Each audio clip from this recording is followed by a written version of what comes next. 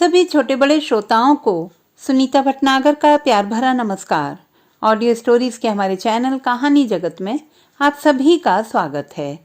हिंदी कहानियों की श्रृंखला में आइए आज सुनते हैं मनीषा कुलश्रेष्ठ जी द्वारा रचित कहानी क्या यही है वैराग्य। एक महीने पहले पहली बार जब सुमेधा ने हवेली में पैर रखा था तो रोमांच से भर उठी थी। काठ के भारी भरकम नक्काशीदार दरवाजे, उकेरे हुए सुंदर बेल बूटों से सजे गोखड़े, घेर घुमेर अंधेरी उजली सीढ़ियां, छोटे छोटे जनाना कमरे, बड़े मर्दाना हॉल और बैठकें, चित्रकारी की हुई ऊंची ऊंची छतें, दीवारों पर भी नाथद्वारा शैली में चित्र बने थे। डोली राधा कृष्ण की थीम पर जिनके रंग कहीं कहीं उखड़ जरूर गए थे मगर फीके नहीं पड़े थे। पारंपरिक पोशाक पहनकर तो वह अभिभूत ही हो गई थी। सोने चांदी के तारों की कढ़ाई वाले लहंगे, ओढ़नी, बाजूबंद, तगड़ी, नथ, बोरला और भी न जाने कितने पारंपरिक गहने उसकी सास ने बड़े आग्रह से पहनाए थे। और क्यों न पहनाती, पुखराज उनका इकलौता बेटा था और वह विजातीय सही उनकी एकमात्र बहू थी। तब पुखराज ने मुग्ध होकर कहा था, सुमेधा, इतनी रूप सी वधू पाकर तो कोई भी परिवार गर्वित होता। तोशनीवाल परिवार में तुम्हारा स्वागत है। फिर भी वह ठंडा सा विरोध लगातार महसूस कर रही थी। कहाँ बुद्धिजीवी और उदार मानसिकता वाले परिवार की बेटी सुमेधा और राजस्थान के एक जैन बहुल कस्बे के श्वेतांबर जैन परिवार का बेटा पुखराज। पर क्या करते जब प्रेम उन्हें करीब लाकर एक दूसरे की नियति बना गया। दोनों मेडिकल कॉलेज में पढ़ते थे। पुखराज जब एमडी कर चुका तो विवाह को लेकर घरवालों की जल्दी के बारे में उसने सुमेधा को कहा कि अब वह और नहीं टाल पाएगा। तो सुमेधा ने न चाहकर भी हाँ कर दी।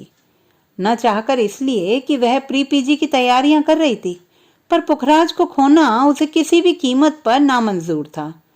सुमेधा के परिवार में इस विवाह के प्रति कोई विरोध न था। हाँ, मम्मी चिंतित थी कि ऐसे ऑर्थोडॉक्स परिवार में कैसे निभाव कर पाएगी सुमेधा। पुखराज के पिता तो माने नहीं मान रहे थे कि एक कायस्थ परिवार की लड़की उनके परिवार की वधू बने। जाति धर्म के अतिरिक्त भी तो खान पान, पहनावे और रहन सहन में गहरा अंतर था। प्रत्यक्षतः पुखराज ने पिता से कोई बहस नहीं की, पर माँ से साफ साफ कह दिया कि वह बहुत पहले ही यह निर्णय ले चुका है। 3 सालों के भावनात्मक जुड़ाव के बाद अब वह सुमेधा से अलग रहने की कल्पना भी नहीं कर सकता। अब यह विवाह तो होगा ही, चाहे बाबूजी के आशीर्वाद से हो या उनके आशीर्वाद के बिना। माँ ने बड़ी कठिनाई से पिता पुत्र की संधि कराई। माँ व्यावहारिक हैं, जानती थी कि जाति धर्म की हट कहीं बेटे को अलग ना कर दे, वह भी इकलौता लायक बेटा। मन ही मन कोसा तो जरूर होगा कि इसे भी मेरा ही बेटा मिला था। फिर भी बेमन से उन्होंने इस विवाह की स्वीकृति पिता से दिलवा ही दी और एक सादा से विवाह समारोह के बाद सुमेधा बहू बनकर यहाँ आ गई। यहाँ प्रतापगढ़ में पापा जी ने फिर सारे समाज को बुलाकर शानदार रिसेप्शन दिया था और 1 सप्ताह तक जीवन चलता ही रहा। ये सुमेधा का ससुराल, जहाँ प्याज तो दूर की बात है, गोभी, अंकुरित दालें तक निषेध थी और चौमासे में हरी सब्जियां भी। खान पान से सुमेधा को कोई आपत्ति न थी, बस डॉक्टर होने के नाते कभी कभी दबे स्वर में इनका महत्व समझाना चाहती तो पुखराज की मम्मी नाराज हो जाती। पुखराज कहता, सुमेधा, वैसे भी हमारे विवाह से ये लोग खुश नहीं, ऐसे में तुम उनकी धार्मिक भावनाओं को ठेस मत पहुंचाया करो। कितना रहना है आखिर तुम्हें यहाँ? 2 महीने बाद ही एमएस करने तुम्हें उदयपुर जाना ही होगा। सुमेधा चाहकर भी प्रतिवाद न कर सकी थी। ठीक ही तो है, पर वह यह भी जानती थी कि 2 साल बाद सही, रहना तो इसी कस्बे में है। एक तो पुखराज इकलौता बेटा, उस पर आदर्शवादी व्यक्ति और सबसे ऊपर पुखराज के परिवार के धार्मिक गुरु जैन मुनि अवनेंद्र जी का आदेश कि पुखराज प्रतापगढ़ में रहकर ही प्रैक्टिस करे और एक निशुल्क अस्पताल की स्थापना हो जिसकी वो दोनों जिम्मेदारी संभालें, जिसमें आसपास के तमाम गांवों के मरीजों का मुफ्त इलाज हो।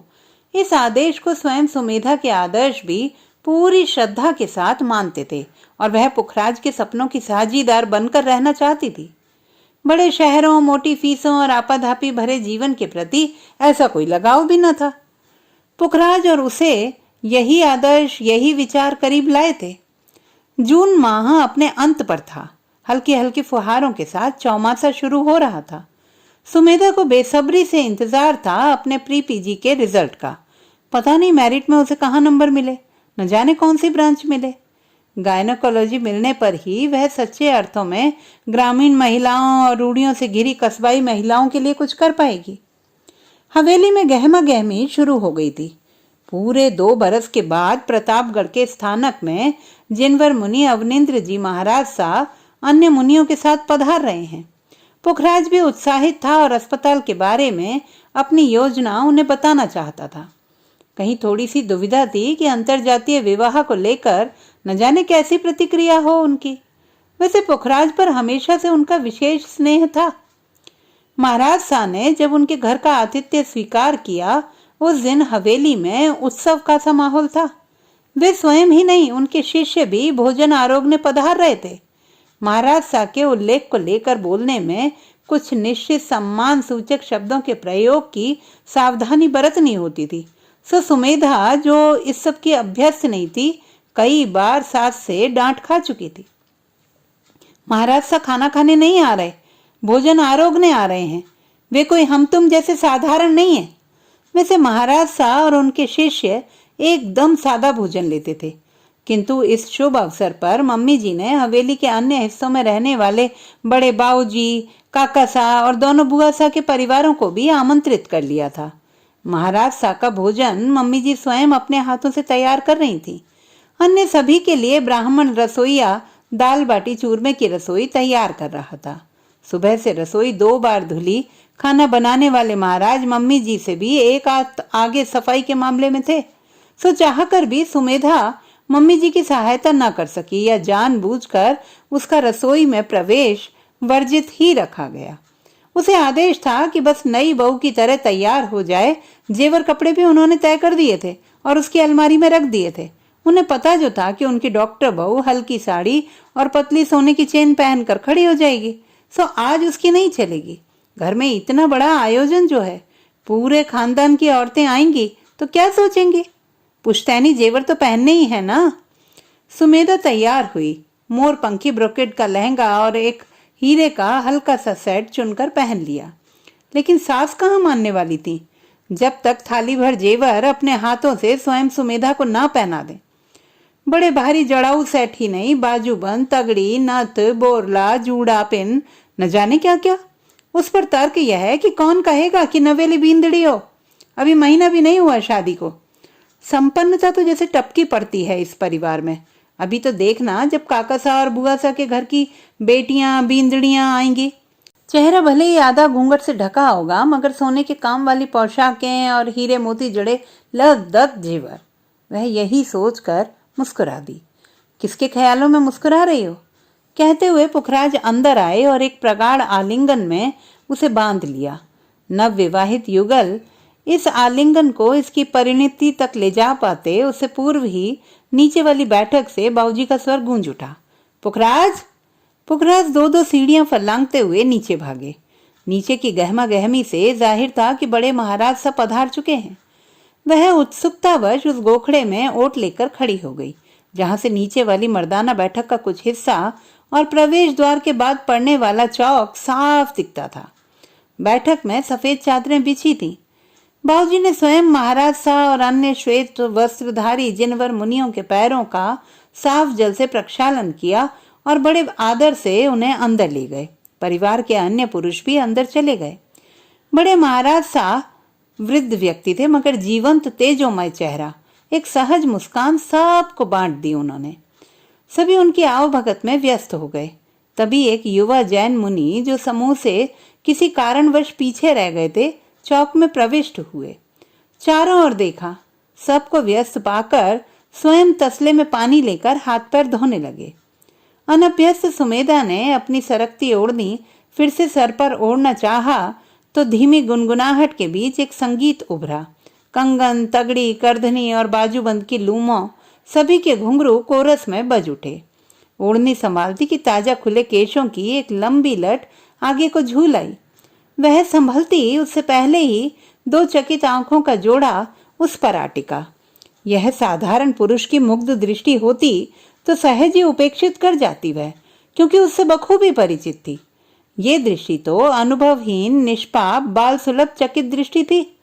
ऐसा लगता था कि ये दो आंखें नहीं, अनाड़ी सवार के बाग छुड़ा के भाग निकले दो घोड़े हों, अपरिचित जगह पर खोए खोए। यह और कोई नहीं, वही पीछे छूट गए युवा मुनि हैं। ऐसा भान होते ही सुमेधा का दिल धक। उन आंखों की निष्पाप दुराग्रहता को पकड़ कोई और ऊपर देखता, उससे पहले ही वह सहम कर ओट में हो गई।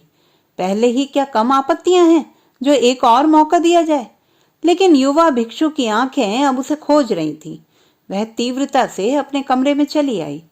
थोड़ी देर किंकर्तव्य विमूढ़ सी वह पलंग पर बैठी रही। ऐसा क्या था उस भिक्षु की आंखों में? क्यों हुआ ऐसा? थोड़ी देर बाद ही उसका कमरा सास के साथ आई परिवार की स्त्रियों से भर गया। बातों में सुमेधा इस प्रकरण को भूल भी गई। अपने से रिश्ते और आयु में बड़ी महिलाओं के चरण स्पर्श किए और अपनी हम उम्र ननदों और भाभियों के बीच जा बैठी। उन लोगों के बीच एक क्षीण सी उच्च शिक्षा और जाति भेद की रेखा खींची थी। वह सुमेधा की सहजता की वजह से शीघ्र ही टूट गई। भाभी साहब बताओ ना, किसने पहल की? एक ने कहा। हमारे पुखराज भाई साहब तो सीधे हैं, उन्होंने नहीं की होगी, दूसरे ने कहा। सुमेधा सास के लिहाज से चुप रही, वरना बताती कि आपके पुखराज भाई साहब को उसने महीनों तक घंटों हॉस्टल के विजिटिंग रूम में इंतजार करवाया था, तब हाँ की थी। बड़े ढीठ थे, हाँ करवा कर ही माने थे। सुमेधा की एक रिश्ते की जिठानी है जो बॉम्बे की हैं और उन्होंने जे आर्ट से फाइन आर्ट्स में डिप्लोमा किया है। यहाँ हॉबी क्लासेस चलाती हैं। उन्होंने कहा, इतनी सुंदर है, डॉक्टर है हमारी देवरानी। देवर जी हमारे छुपे रुस्तम हैं। हो ना हो उन्होंने ही प्रपोज किया होगा। जब भी घर आते मुझे आकर बस सुमेधा की ही बातें बताते रहते थे। सुमेधा ये, सुमेधा वो। इतने में ही उनकी बात काटकर छोटी बुआ जी की ननद बोली, डॉक्टर तुम्हारे जेठरी पोती भी थी, रूपाली भी कम कोनी ही, अनपैसा वाला पार्टी, ऊपर से आपड़ी जात। कमरे में कुछ देर को खामोशी सी छा गई। सुमेधा ने ही सबको इस अप्रिय स्थिति से उबारा था। हाँ तो काकी सा, आप कुछ पूछ रहे थे ना कि आपके कुछ, वो बेटा अब कुछ महीनों से माहवारी ज्यादा हो रही है। आपकी उम्र क्या होगी काकी सा? यही 48 के आसपास। काकी सा आप जरा भी नहीं लगते हो 48 के। तो मैं तो सोचती थी कि आप 35 से ज्यादा नहीं होंगे। वैसे मेनोपॉज से पहले ऐसा हो जाता है। फिर भी अगर कल थोड़ा टाइम निकाल कर आप चेकअप करा लें तो ठीक रहेगा। इससे जुड़ी दूसरी तकलीफों के बारे में सलाह भी दे दूंगी और दवा भी। फिर क्या था, एक तो घर की डॉक्टर, उस पर महिला, सब अपनी अपनी समस्याओं के पिटारे खोल कर बैठ गए। सुमेधा के लिए ये नया न था। हर मौके बेमौके जहाँ कोई महिला मिलती, थोड़ी औपचारिक बातों के बाद अपने स्वास्थ्य से संबंधित एक न एक समस्या लेकर जरूर बैठती। यहाँ तक कि हॉस्टल से घर जाने पर उसकी अपनी मम्मी हर बार कुछ न कुछ समस्या लिए मिलती थी। हाय सुमी, तेरे पापा को तो फुर्सत नहीं कि मुझे डॉक्टर के पास ले जाएं।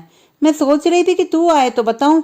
देख तो बेटा, जरा पेट के इस तरफ बड़ा दर्द रहने लगा है।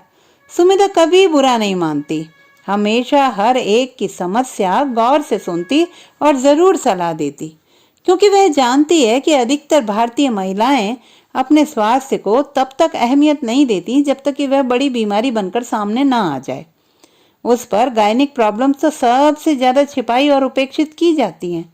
ग्रामीण, कस्बाई, अर्धशिक्षित, अशिक्षित, निम्न वर्गीय, निम्न मध्यम वर्गीय महिलाएं तो अपने स्वास्थ्य के प्रति लापरवाह होती ही हैं। कभी कभी तो अमीर या शिक्षित महिलाएं भी अपने या पति के पास समय की कमी को वजह बनाकर किसी बीमारी की बिगड़ी हुई अवस्था तक डॉक्टर, अस्पताल, दवाओं से बचती रहती हैं। झिझक भी इतनी होती है कि महिला डॉक्टर उपलब्ध ना हो तो पुरुष डॉक्टर को बताने से बचती रहती हैं। अच्छा सुमेधा, अब अपना अस्पताल बंद करो। महाराज सा जीम चुके, सब धोख लगाने चलो। यह औपचारिकता पूरी हुई। महाराज सा के प्रस्थान के बाद पुरुषों और बच्चों का भोजन शुरू हुआ। अंततः महिलाओं की बारी आई। खूब तेज भूख लगी थी और खाना भी बहुत स्वादिष्ट था। दाल बाटी चूरमा, गट्टे का पुलाव। 3 बज गए रसोई निपटते। 4 बजे जैन धर्मशाला में महाराज शाह का आख्यान था, वहां भी सबको जाना है। अब जेवर चुभने लगे थे। सुमेधा बस सब उतार कर कुछ हल्का सा पहनकर सो जाना चाहती थी। शायद सासू जी को मना ले कि वह आख्यान में न जाकर घर में आराम कर ले। अपने कमरे में आकर उसने हल्की शिफॉन की साड़ी पहनकर लंबी चोटी को जूड़े में बांध लिया और जरा लेट गई। भारी भरकम नक्काशीदार टीक के पलंग पर जिसके सिरहाने पैताने आईने जड़े थे। यह पुखराज के मम्मी पापा की शादी का पलंग था। How romantic! वह स्वयं को आईने में देखकर बुदबुदाई। आंखें मूंदते ही अचानक उस युवा भिक्षु का चेहरा सामने आ गया। मुंडा हुआ सर, लंबा पतला चेहरा, घनी बरौनियों वाली शहद के रंग की बड़ी बड़ी आंखें, हल्की सी किशोरों जैसी दाढ़ी मूछों के रोए, लंबी स्वस्थ देह और श्वेत वस्त्र। तभी अचानक पुखराज आकर उस पर झुका तो वह चीख पड़ी, क्या हुआ? डर गई मैं। नींद में थी शायद। थक गई हो? हाँ, तुम नहीं थके? थक तो गया हूँ, मन भी है तुम्हारे पास लेटने का, मगर आख्यान में तो जाना ही होगा ना।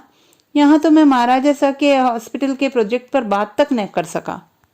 पुखराज, अगर मैं न जाना चाहूँ तो? चलना होगा सुमेधा।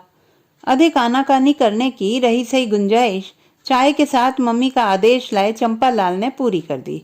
भाभी सा, चा पीर तैयार वही जाओ सा, माँ सा नीचे वाट जोरिया है।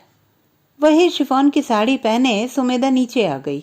जेवर के नाम पर हल्की चेन, पतले कड़े और हीरे के लौंग नाक और कान में थे। मम्मी को अच्छा नहीं लगा पर उन्होंने कुछ नहीं कहा।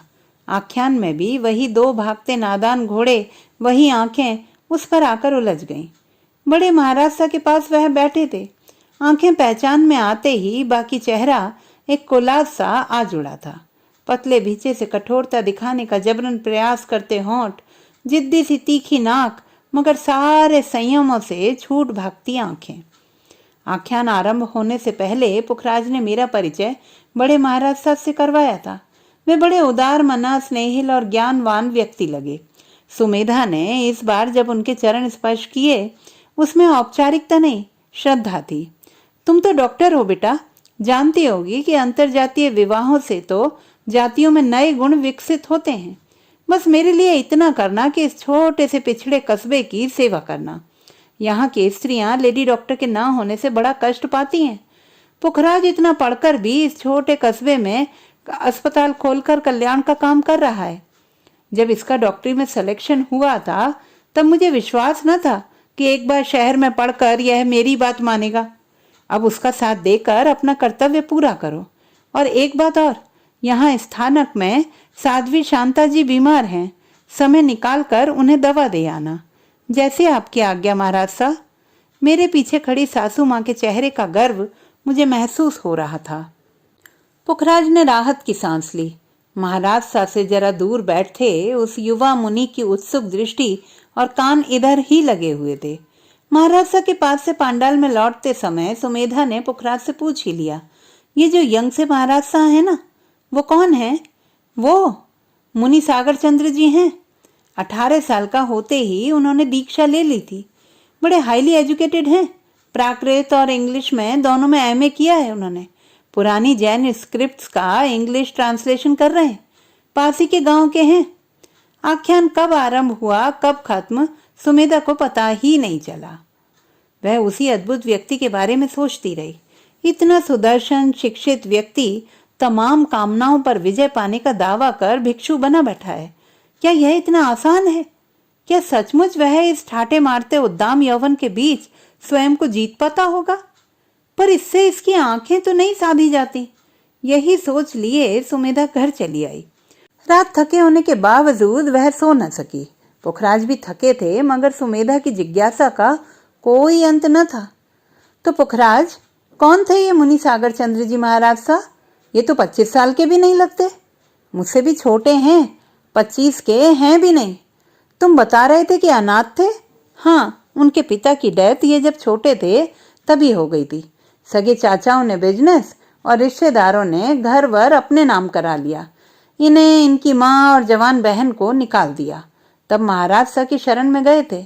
महाराज सा ने समाज से आग्रह कर इनकी बहन की शादी कराई, इनके पढ़ाने की व्यवस्था की और पूरी स्वतंत्रता दी कि वे सामान्य जीवन जिएं, नौकरी करें, शादी करें।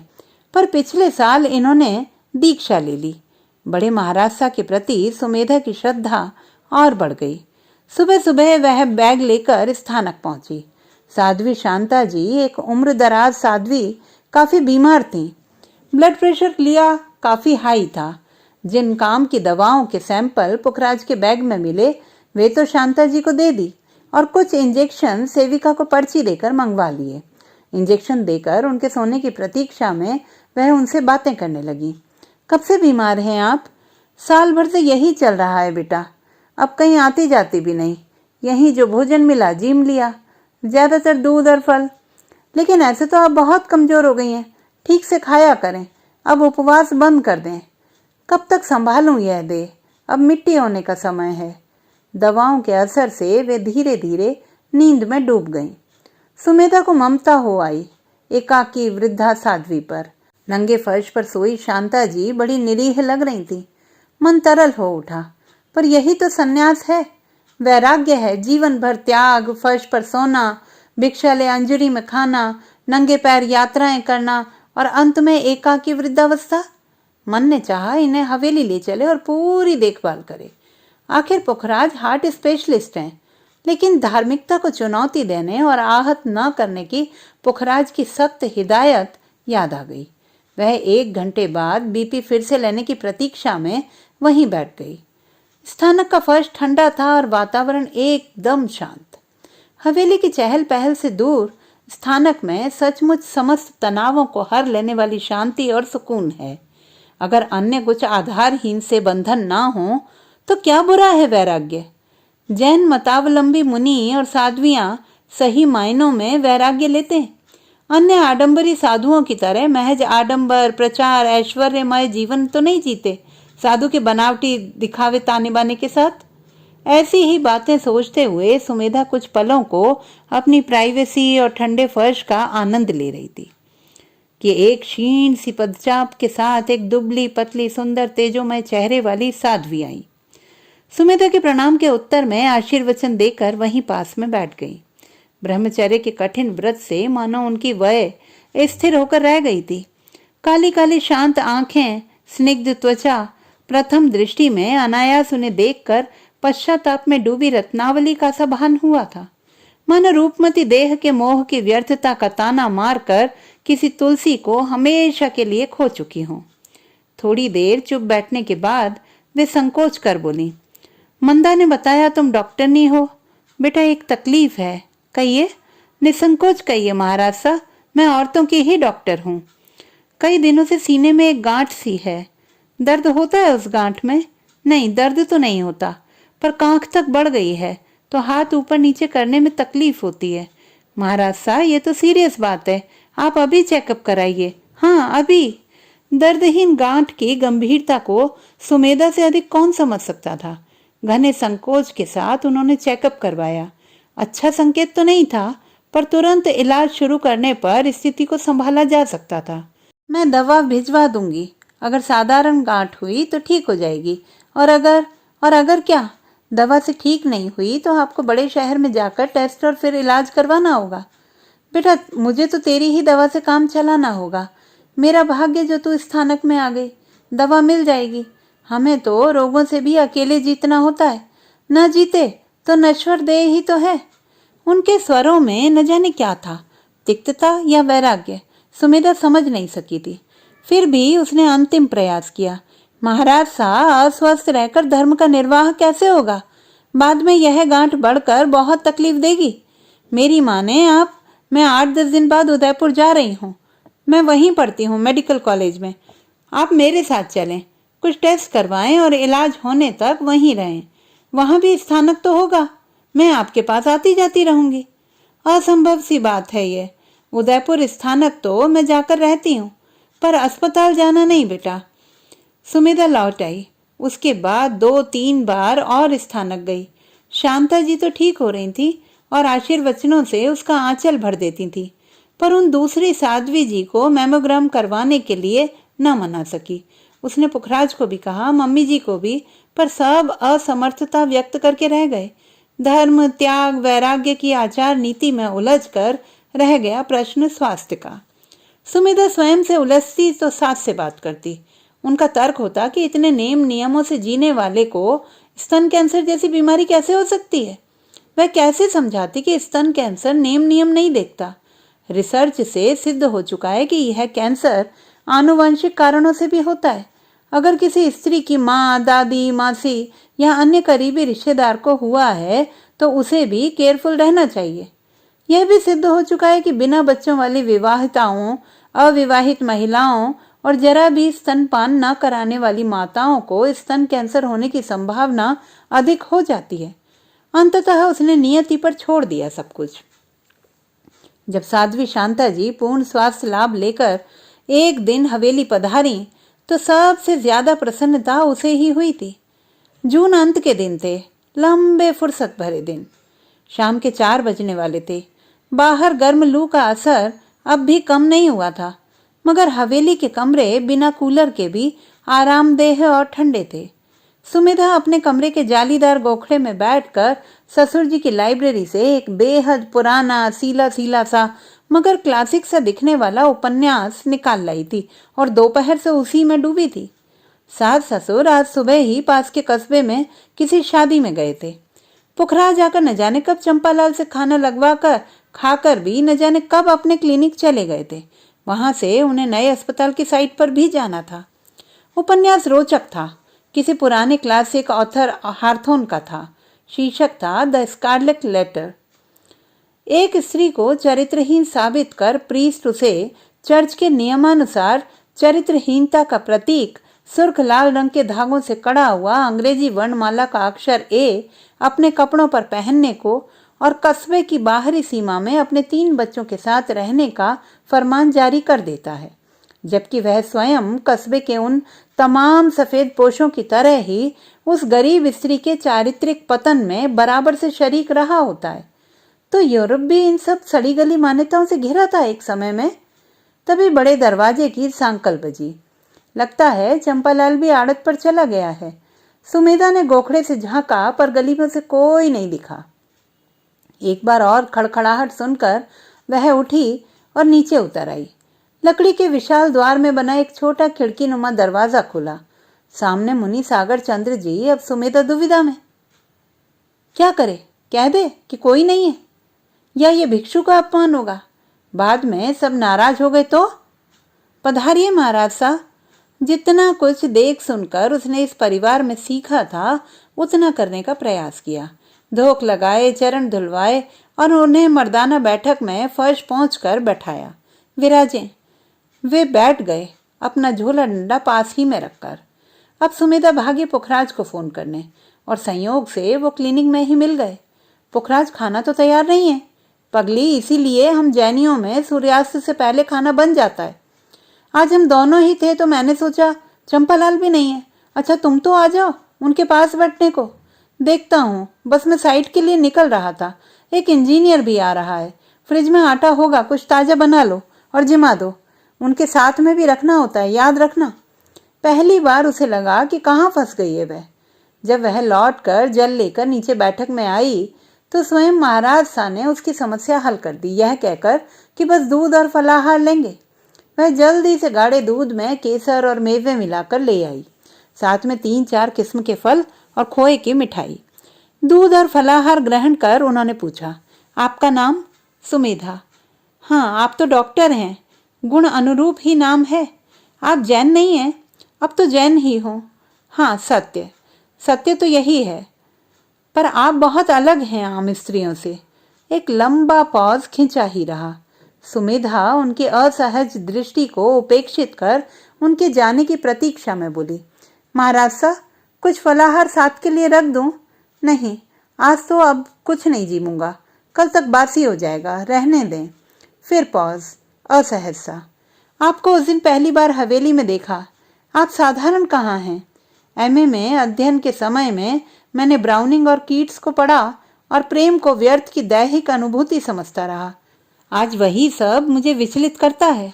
सुमेधा जी, मैं तब से अस्थिर हूँ। मेरा मन अस्थिर था। मुझे आज्ञा दे महाराज सा।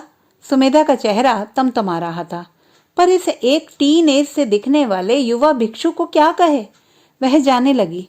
अब तक वो अपने असमंजस से उबर आए और सधे स्वरों में बोले, मेरी बात पूरी सुनकर जाइएगा। ये मानवीय कमजोरियां एक दीक्षित मुनि को शोभा देती हैं क्या? जानता हूं, मगर सारा दोष मेरा नहीं। ध्यान लगाता हूं तो आभूषणों की खनक गूंजती है। किसी ने विवश तो नहीं किया था इस उम्र में दीक्षा लेने को। And it's never too late. एक पलायन और बस बन जाइए गृहस्थ। धीमे स्वरों में सुमेधा बहुत कड़ाई से बोल रही थी। उसके स्वरों में गाढ़ा व्यंग्य सारी विसंगतियां देख सुनकर उतर आया था। पर वह सम्मोहित भिक्षु बोले चला जा रहा था। बस यही कहने आया हूं। लेट मी कन्फेस सुमेधा जी, क्या आपके धर्म में लौट जाने का मार्ग नहीं है? ऐसे प्रश्न निश्चय ही आहत करने वाले थे और सीधे जाकर मर्म को चोट पहुंचाने वाले थे, और चोट पहुंची भी। सुमेधा जी, मैं अपनी कमजोरी का प्रायश्चित करके आपसे मार्ग पूछने नहीं आया था। हारा अब भी नहीं हूं। मैं स्वयं अनजान था इन अजानी कामनाओं से। देखना, एक दिन उबर आऊंगा।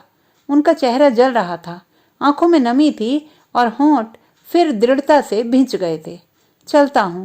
सुमेधा का मन बुरी तरह भर आया था। स्वयं को अपराधी महसूस कर रही थी।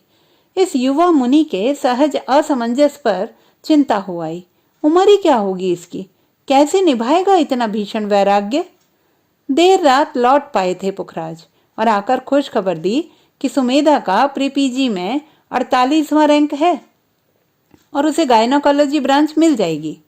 हाँ, प्रमोद ने भी फोन पर यही कहा कि बस 15 दिनों में क्लासेस भी शुरू हो रही हैं। अब बस जाने की तैयारी करो। अंतिम वाक्य से सुमेधा की खुशी में बिछोह की पीड़ा घुल गई। कुछ घंटों पहले का वह प्रकरण, खुशखबर, संभावित विछोह की कल्पना, सारी बातें घुल मिलकर सुमेधा को रुला गई। अरे, तुम तो रो पड़ी सुमी। मैं एक वीकेंड पर आऊंगा, दूसरे पर तुम आ जाना, पुखराज ने उसके बाल सहलाकर कहा था। 2 महीने भी कहाँ पूरे हुए थे उनके नूतन दाम्पत्य के।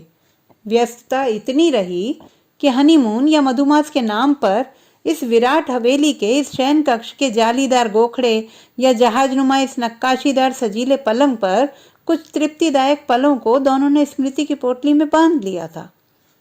सुमेधा के जाने के बस कुछ दिन पहले का एक बड़ा मनहूस सा दिन था वह। सुबह उठते ही संदेश मिला था कि सागर महाराज सा, जो चातुर्मास में भी आरंभ से ही निराहार व्रत कर रहे थे, अचानक अचेत हो गए हैं। मैं चलूं पुखराज? वहां औरतें नहीं जाती, बाबूजी का कड़क स्वर निकला। सुमेधा फुसफुसाई, डॉक्टर तो जा सकते हैं। बाबूजी चलने दीजिए, हो सकता है बात सीरियस हो तो इसकी असिस्टेंस की जरूरत पड़ जाए। डॉक्टर की भूमिका में भी उसका मन घबरा रहा था कि आखिर ऐसा क्यों हुआ। इस बेमौके निराहार निर्जल लंबे व्रत की वजह? वहां काफी भीड़ एकत्रित हो गई थी। पुखराज ने सबको हटाया। लगभग अचेत सागर जी महाराज सास को ORS पिलाया गया। अर्ध चेतनता में भी विरोध कर रहे थे। नियम विरुद्ध उन्हें साफ बिछौने पर लिटाने से पहले सुमेधा ने बड़े महाराज सा की ओर देखा। उन्होंने मूक स्वीकृति दे दी। एक इंजेक्शन लगाकर पुखराज ने ड्रिप लगा दी। ब्लड शुगर और ब्लड प्रेशर खतरे की हद तक नीचे गिर चुका था। एक युवक से कुछ अन्य इंजेक्शन मंगाकर ड्रिप में लगा दिए। तब स्थिति सुधरने की उम्मीद जगी। अर्ध चेतनता से उभर कर जब उन्होंने आंखें खोली तब सुमेधा सामने ही एप्रन पहने खड़ी थी। बड़े महाराज सा और बाबूजी फर्श पर चिंतातुर बैठे थे। पुखराज फिर बीपी ले रहे थे। गहरी सांस ले उन्होंने फिर आंखें मूंद ली। स्थानक के चबूतरों, छज्जों, आलों पर बैठे कबूतरों ने भी राहत भरी गुटरगुन शुरू कर दी थी। थमी सी उमस भरी हवा घुटन से उबर कर तेज सांस की तरह चलने लगी। बाहर प्रतीक्षा कर रहे लोग भी महाराज सा के कहने पर अपने घरों को लौट गए थे। बस 2 लड़के भाग दौड़ करने को बाहर बैठे थे। सुमेधा को लगा सब सामान्य हो रहा है। तभी क्षीण स्वर में सागर जी महाराज सा ने पुकारा, सुम। कुछ अस्पष्ट शब्द बिखरे और सुमेधा का हृदय बुरी तरह धड़क गया। उनकी खुली आंखें शून्य में तैर रही थीं। पुखराज और वह उन पर झुक गए, उनकी तकलीफ समझने की कोशिश में। एक क्षीण स्वर उभरा और सब कुछ ध्वस्त कर गया। लो सुमेधा, अब तो जीत लिया ना मैं, उबर आया ना कामनाओं से। सुमेधा अवाक और पुखराज तो न जाने किन किन आवेगों प्रति आवेगों से गुजर रहे होंगे। वह उसकी ओर देखने का साहस तक ना कर सकी। अर्धचेतन मुनि फिर अर्धचेतना में खो गया। ड्रिप बदलते पुखराज के हाथ कांप रहे थे। बहुत छिपाकर भी अपनी आवाज का कंपन छुपा न सके। तुम घर जाओ। सुमेधा की रुलाई फूट पड़ी। रास्ते भर रोकते रोकते भी आंसू बांध तोड़े बहते रहे। रास्ते में कुछ लोगों ने समझा कि कुछ अनिष्ट हो गया। हवेली पहुंचते ही मम्मी ने भी यही पूछा, सब ठीक तो है ना? हाँ का संक्षिप्त उत्तर देकर वह अपने कमरे में चली गई। पुखराज कब लौटे, सागर जी मुनि जी अब कैसे हैं, यह सब सुमेधा जान न सकी। अगले ही दिन पुखराज बिना कुछ कहे उसे उदयपुर छोड़ गए। कार में उनसे कुछ कहने की चेष्टा की भी तो यह कहकर चुप करा दिया, तुम्हें आगाह किया था ना मैंने, अब जो नुकसान हुआ है उसे मैं झेलूंगा। 4 माह हुए सुमेधा को मिलने नहीं गया पुखराज। कह दिया एमएस की पढ़ाई बहुत कठिन है, उसे डिस्टर्ब नहीं करना चाहता। सुमेधा समझ नहीं सकी कि नुकसान किसका हुआ, पुखराज का या उस युवा मुनि का या उसका स्वयं का। अब यह कैसा और किसका वैराग्य था? तो दोस्तों, ये थी हमारी आज की कहानी। आपको कैसी लगी कमेंट बॉक्स में लिखना ना भूलें। चैनल को सब्सक्राइब करें, लाइक करें और मित्रों के साथ शेयर करें।